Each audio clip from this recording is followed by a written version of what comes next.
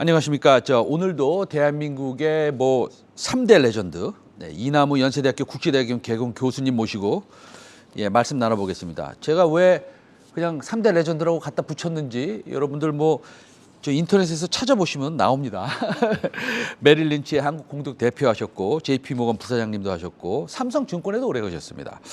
자, 그런데 오늘 그러면은 어떤 걸 여쭤볼까요? 일단은 넷플릭스 여쭤볼까요? 넷플릭스가 지금 이번 주에 가장 화제입니다. 물론 어제 이제 수요일 날 밤에 테슬라 실적이 발표됐지만 워낙 넷플릭스 실적이 발표되고 나서 주가가 한 35% 폭락했으니까요. 그런데 그 빌 애크먼인가요? 네, 빌 애크먼. 그분이 1.7 빌리언 들고 있었나? 그러니까 1조, 2조 사이에 들고 있었을 것 같아요, 제 생각에. 다 판 거죠.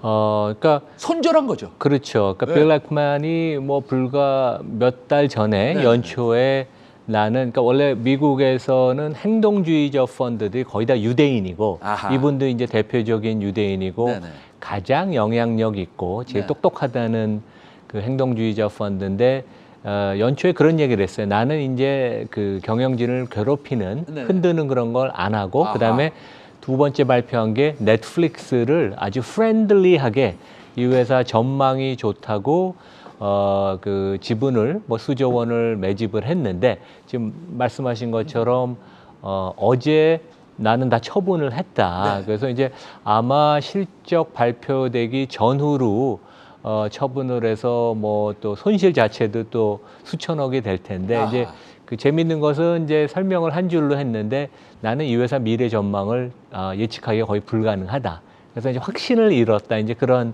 그 한 줄의 그 단서를 달았습니다. 그게 아마 이제 어떻게 보면 저희 국내뿐만 아니라 일반적인 시장 참여자의 생각을 대변하는 게 아닌가 이제 그런 생각이 듭니다. 그러니까 이게 골드만삭스 리포트 같은 것도 보면은 이 매수 리포트 굉장히 많지 않습니까? 그렇죠. 그 중에서 확신을 가지고 있는 것은 제가 영어를 사용해서 시청자 여러분한테 죄송한데 컨빅션 바이 이렇게 돼 있지 않습니까?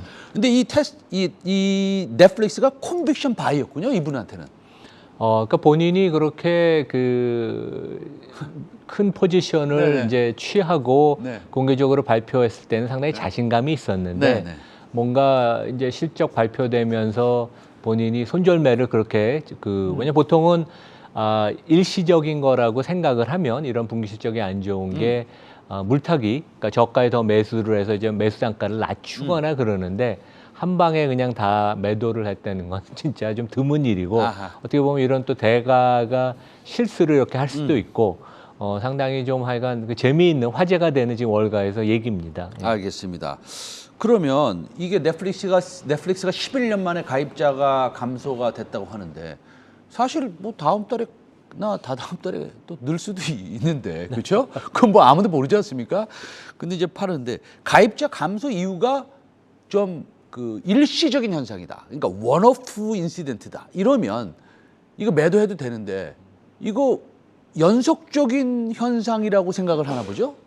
그러니까 경영진이 이제 실적 발표를 미국은 하고 나서 보통 1시간 정도 있다가 CEO, CFO, 그다음에 IR 임원이 나와서 그 한 30분 정도 브리핑을 해주고 그다음에 이제 애널리스트들하고 그 펀드 매니저 일부를 초대해서 이제 Q&A 시간을 갖습니다. 그래서 이제 테슬라도 일론 머스크가 이번에는 참여를 했고 이제 넷플릭스는 이제 하루 전에 했는데 그 경영진이 그런 얘기를 했죠. 그래서 1분기도 우리가 그 가입자가 실제 이제 빠져나갔고 한 20만 명. 근데 러시아를 빼면 실질적으로는 한 50만 명은 증가한 거예요. 근데 이제 원래 회사가 얘기했던 게 250만 명이니까 그 갭이 차이가 많은 거고 다음 분기에 2분기에도 아마 한 200만 명 정도 가입자가 탈퇴할 것 아닌가 이제 그런 얘기를 했죠. 그래서 일시적인 게 아니고 어느 정도 지속될 수 있는 게 있고 그다음에 이제 미국에서는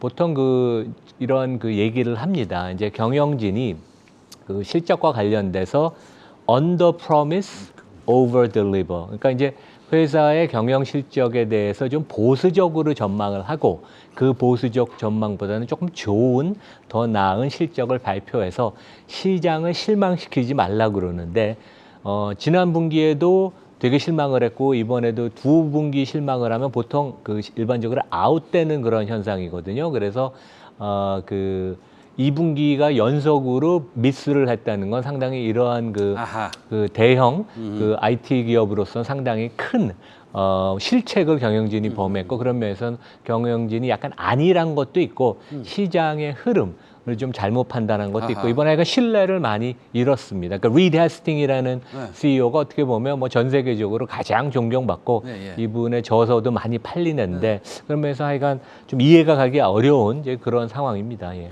자, 그러면요, 교수님, 사실은 우리가 넷플릭스에 관심을 두는 이유가 우리나라에서 콘텐츠를 많이 만들고 우리나라의 그 드라마들이 거의 뭐 1, 2, 3, 4, 5, 6 등 전부 다 독차지하고 앞으로도 또 그럴 가능성이 좀 있게 보입니다. 뭐 제가 좀 생각이 짧아서 그런지 몰라도 저는 그렇게 보이는데 우리 교수님은 그러면 오늘 콘텐츠 관련들이 좀 많이 떨어져야 되는 거 아닌가라는 생각도 속으로 했어요. 굳이 그런 것 같지 않아요. 왜 그렇습니까? 그러니까 그 실적 그 발표를 살펴보면 그 매출과 관련돼서 좀 이제 보수적으로 우리가 봐야 되겠다. 이제 그런 얘기도 있었지만 결국 이 회사는 원가 코스트의 대부분이 컨텐츠거든요. 근데 컨텐츠 투자가 뭐 거의 한 해에 20조 원 가까이 합니다. 그래서 이제 그 중에 상당 부분을 요즘 한국에 이제 비중 할애를 해서 우리가 뭐 다양한 오징어 게임에서부터 넷플릭스 걸 많이 보잖아요. 근데 이제 컨텐츠에 대한 지적도 있었어요. 그 구독자들이 2억 명 넘는 구독자들이 원하는 그런 컨텐츠를 만들고 있냐. 비용이 많이 집행이 20조 원 가까이 되는데 있냐. 그래서 어떻게 보면 우리 입장에서 생각하면 한국의 컨텐츠가 좀 더 뜨겠네. 오징어 게임 같이 우리가 계속 성공을 하니까. 근데 그 사람, 미국 사람이나 유럽 사람, 서양 사람들 입장에서 보면 서구 중심의 콘텐츠가 얼마나 못하길래 한국 동양 콘텐츠가 1, 2등을 하느냐 그렇게 볼 수도 있거든요. 그래서 절대 콘텐츠 예산은 좀 줄어들 것이고 그다음에 이제 예산 관리 같은 거 좀 더 타이트하게 하겠죠. 그다음에 이것이 반드시 한국의 콘텐츠의 증가로 이어진다고 볼 수는 없는데 이제 그럴 수는 있습니다. 제가 작년 초에 우리나라에서 가장 큰 엔터테인먼트 회사 이제 오너 제 후배인데 얘기를 하다가 미국 헐리우드에서 너무 그 당시에 이미 1년 전에도 한국 콘텐츠 요청이 많았다고 그래서 일단 실적은 당분간 뭐 올해도 계속 좋을 텐데 과연 주가라는 것은 실적보다는 어떻게 보면 미래에 대한 전망이 반영이 되니까 이 그 넷플릭스의 실적 그다음에 콘텐츠 예산에 대한 전망 이런 것이 어떻게 영향을 미칠지는 상당히 우리가 신중하게 판단을 해야겠다. 무조건 낙관적이라고 볼 수는 없다고 생각합니다. 예. 교수님. 죄송한데 제가 좀 반대되는 그 챌린징한 질문을 좀 한번 해도 될까요? 그럼요. 뭐 항상 다양한 의견을 갖고 얘기할 수 있으니까. 네. 왜냐면 자 이제 가입자가 줄였어요. 저는 넷플릭스 사장이야. 가입자가 줄었어. 이거 큰일 났어요 지금. 가입자 늘려야 되는 거 아닙니까? 뭐 예를 들어서 가격을 인하해서 늘리든지 뭐 늘려야 되는데 그러면 콘텐츠가 지금 내가 10,000개가 있어요. 야, 이거 10,000개가 좀 부족하고 이거 가입자 늘려면 내가 15,000개 만들어야겠다. 그러니까 20조 투자하지 말고 25조 투자해. 우리 빨리 콘텐츠를 확보해야 돼. 이렇게 가진 않겠어요? 그런 논리는 어떠세요? 근데 지금 뭐 그 월가 애널리스트나 펀드 매니저들 시장에서 요구하는 것은 콘텐츠 그 예산을 좀 줄이고 그 집행을 좀 효율화해라. 이제 그런 주문이 있습니다. 왜냐하면 실제 넷플릭스는 좀 독특한 게 콘텐츠 투자를 그 해다 비용 처리를 하질 않아요. 이연화시켜서 실제 이익은 나는 것처럼 보이지만 현금 흐름 캐시플로우로 보면 그렇게 좋지는 않거든요. 그래서 CEO라면 리드 해스팅이라면 제 생각에 콘텐츠를 늘릴 가능성은 별로 없다. 오히려 효율화하고 그다음에 다른 식의 그 매출 모델을 지금 그래서 이제 그 저가 그 구독자 어카운트를 새로 승인을 하고 그다음에 그 사람들은 지금 광고가 없잖아요. 넷플릭스 보면 이제 광고를 보는 식으로 유튜브 같이 이제 그런 식으로 비즈니스 모델을 하고 실제 광고업계는 지금 그러면 대환영이다. 왜냐하면 젊은 10대들이 넷플릭스를 보면서 광고를 우리가 집행할 수 있어서 그래서 상당히 그 재미있는 다이내믹스가 이제 전개될 것 같습니다. 알겠습니다. 그러니까 간단하게 정리하면 넷플릭스가 가입자가 11년 만에 줄었고 그러면은 투자를 뭐 약속한 건 하겠지만 앞으로 우리가 아주 큰 서프라이즈의 투자를 기대하기는 좀 어렵다. 추가적인 그러니까 오히려 투자의 효율화에 집중을 할 것 투자의 같습니다. 효율화에 집중한다. 아 그러면은 또 저는 이 좋은 것만 보는 사람이기 때문에 투자의 효율화에 집중한다면 우리나라가 잘 만드니까 우리나라에 좀 많이 투자하고 다른 나라에 투자했던 걸 우리나라에 좀 가져가고 이랬으면 좀 좋겠습니다. 그러니까 뭐 그럴 수도 있지만 또 거꾸로 미국에서 만든 콘텐츠가 요즘 한국 콘텐츠보다 인기가 없으니까 네네네. 그 이유를 분석해서 아하. 거기에 또 집중을 할 수도 있고. 알겠습니다. 그거는 이건 좀 지켜봐야 될 것 같습니다. 알겠습니다. 네. 좀 지켜봐야겠다. 자, 그럼 넷플릭스 관련해서 우리나라 콘텐츠 업황은 대충 우리가 이제 느낌을 좀 받았습니다. 자, 그럼 테슬라가 어저께 5% 빠졌는데 시간 내에서 5% 당연히 올랐습니다. 그다음에 실적 굉장히 잘 나왔고요. 어쨌든 앨런 머스크는 보면 볼수록 뭐 좀 천재성이 좀 있는 것 같고. 그렇죠. 그 한 2년 3년 전에도 그 CNBC에 짐 크레이머가 나와가지고 저같이 이제 앵커 같은 사람인데 테슬라를 셀 이러면서 소리 지르는 그 화면 아직도 기억납니다. 그런데 이제 그때 이후로 뭐 100배가 갔는지 몇 배가 갔는지 모르겠습니다. 굉장히 많이 올라갔죠. 자, 근데 아크 인베스트먼트의 그 우리 그 돈 누나 언니 캐시 우드 그 언니가 펀드 매니저께서 테슬라 주가 5년대 5배, 6배 오른다.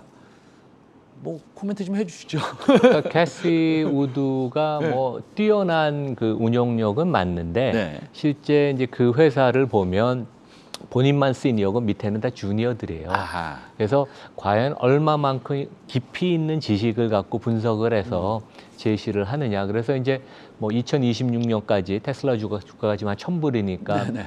4,600불 간다. 그러니까 어이구. 5배 네네. 오른다는 얘기인데 네. 저는 그 현실적으로는 그거는 가능성이 없고 오히려 한 2,000불이나 2,000불 좀 넘는 수준. 그러면 네네. 이제 지금 2022년부터 복리로 주가가 한 20% 정도 올라갈 겁니다. 그래서 이제 그 정도가 적정한 수준이고 이제 그 이유는 지금 이제 테슬라 퍼가 뭐 7, 80배 정도 되는데 2026년이 되면 지금의 그 높은 퍼가 유지되기는 어렵고 이익은 많이 나겠지만 애플 수준의 지금 퍼, 애플이 한 25배, 네네. 30배 되니까 이제 퍼가 내려갈 거예요.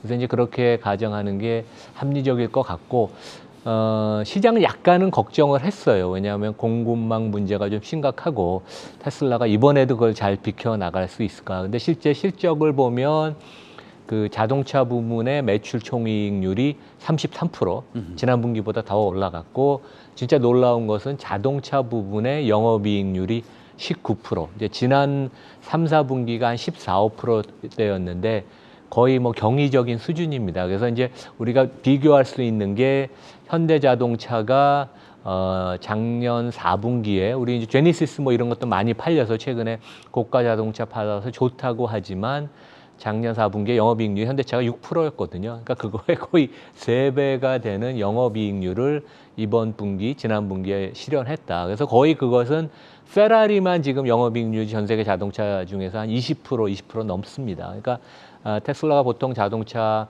평균 단가가 한 5, 6만 불인데 테슬라 같이 뭐 3억, 5억 가는 차를 파는 게 아닌데 그러니까 대단한 경쟁력, 그다음에 원가 그 경쟁력, 그다음에 그 프라이싱 파워, 고객한테 그 원가 가격을 전가할 수 있는. 그리고 그 관련해서도 재미있는 게 최근에 이제 그 일론 머스크가 참 그 똑똑하고 그 논리적인 게 그 최근에 이제 그 테슬라 제품 가격을 올렸는데 그것은 지금의 우리가 그 들어가는 원재료를 감안해서 값을 올린 게 아니라 보통 지금 한 8개월 정도 기다린다 그러거든요. 주문을 하면. 네. 8개월 후에 우리가 원가가 이렇게 올라갈 것을 감안해서 그것을 반영한 미래의 가격을 우리가 예측을 해서 지금 가격을 올린다고 그런 거거든요. 그러니까 상당히 진짜 앞을 내다보는 약간 그 걸출한 경영인이다. 이제 그런 걸 새삼 느꼈습니다. 이번에 콜 제가 이제 잠깐 듣고 왔는데.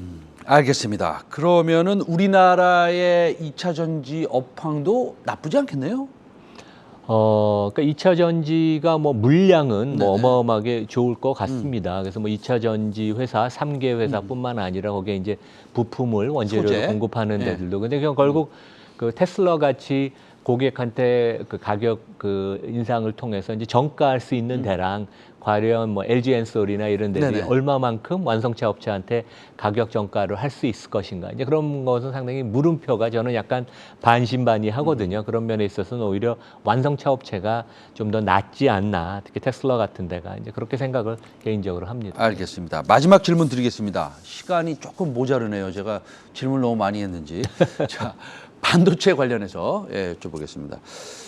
지금 우리나라의 외국인이 한 2, 3일 전부터 조금 사는 것 같기는 해요. 그래서 왜 그런가 혼자 생각에, 뭐 제가 혼자 생각 많이 합니다. 집에 가서 혼자 생각에 환율이 좀 피크를 쳤나? 뭐 이런 생각도 해보고요. 여러 가지 아니면은 뭐 그동안 반영이 많이 됐나? 그리고 주가 자체가 절대적으로 많이 떨어졌다 이런 생각도 하는데 반도체 전반적으로 업황 어떻게 보세요?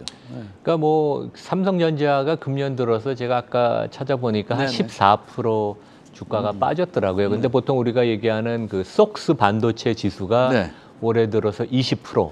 그다음에 이제 국내에서 좋아하는 그 엔비디아 그래픽 칩스하고 네네. 뭐 21세기에 가장 최적화된 반도체 회사가 주가가 30% 빠졌어요. 그래서 오히려 우리 시장도 그렇고 삼성전자도 좀 맷집이 지금 생긴 상태고 밸류에이션이 워낙 내려와서 상대적으로는 업종보다는 아웃퍼폼 하는데 이제 아무나 시장이 이런 걱정을 하는 것 같아요. 지금 이제 리오프닝이 거의 확실하니까 네. 그러면 이제 이미 2분기 아니면 하반기에 내구재 같은 제품들이 덜 팔릴 거거든요. 그래서 가전, PC 뭐 이런 것들 이제 그러면 그런 거에 들어가는 부품 중에 하나가 삼성전자가 만드는 반도체인데 그럼 일반적인 반도체가 다 두루두루 내구재에 많이 사용되니까 물론 서버 같은 데는 계속 수요가 좋다 그래도 좀 이런 좀 꺾이는 게 아닌가 이제 그런 그 우려가 주가에 좀 반영되는 것 같습니다. 그러니까 우리 교수님 말씀은 삼성전자가 필라델피아 반도체 지수보다 덜 빠졌고 최근에 뭐 금년 들어서 덜 빠졌죠. 웬만한 또 미국의 그 반도체 관련 종목보다 덜 빠졌으니까 그렇게 뭐 심하게 빠진 건 아니다 이런 근데 말씀이시고. 뭐 이미 작년에 많이 빠져서 그러니까. 그런 이유도 있겠지만요. 그렇죠? 네네 알겠습니다. 자 오늘 우리 연세대학교 국제대학원 개혁원 교수님 이남우 교수님으로부터 반도체 얘기 들었고요. 테슬라 넷플릭스에 관련된 이제 실질적으로 그 속사정이 어떤지에 대해서 좀 말씀을 좀 들어봤습니다. 우리나라 관련 종목들 우리 시청자 여러분들 설명 안 드려도 이 정도까지는 다 아실 거로 저는 믿고 있습니다. 네. 자 성투하시고요. 오늘 이남우 교수님 나와주셔서 정말 감사합니다. 예. 네, 감사합니다.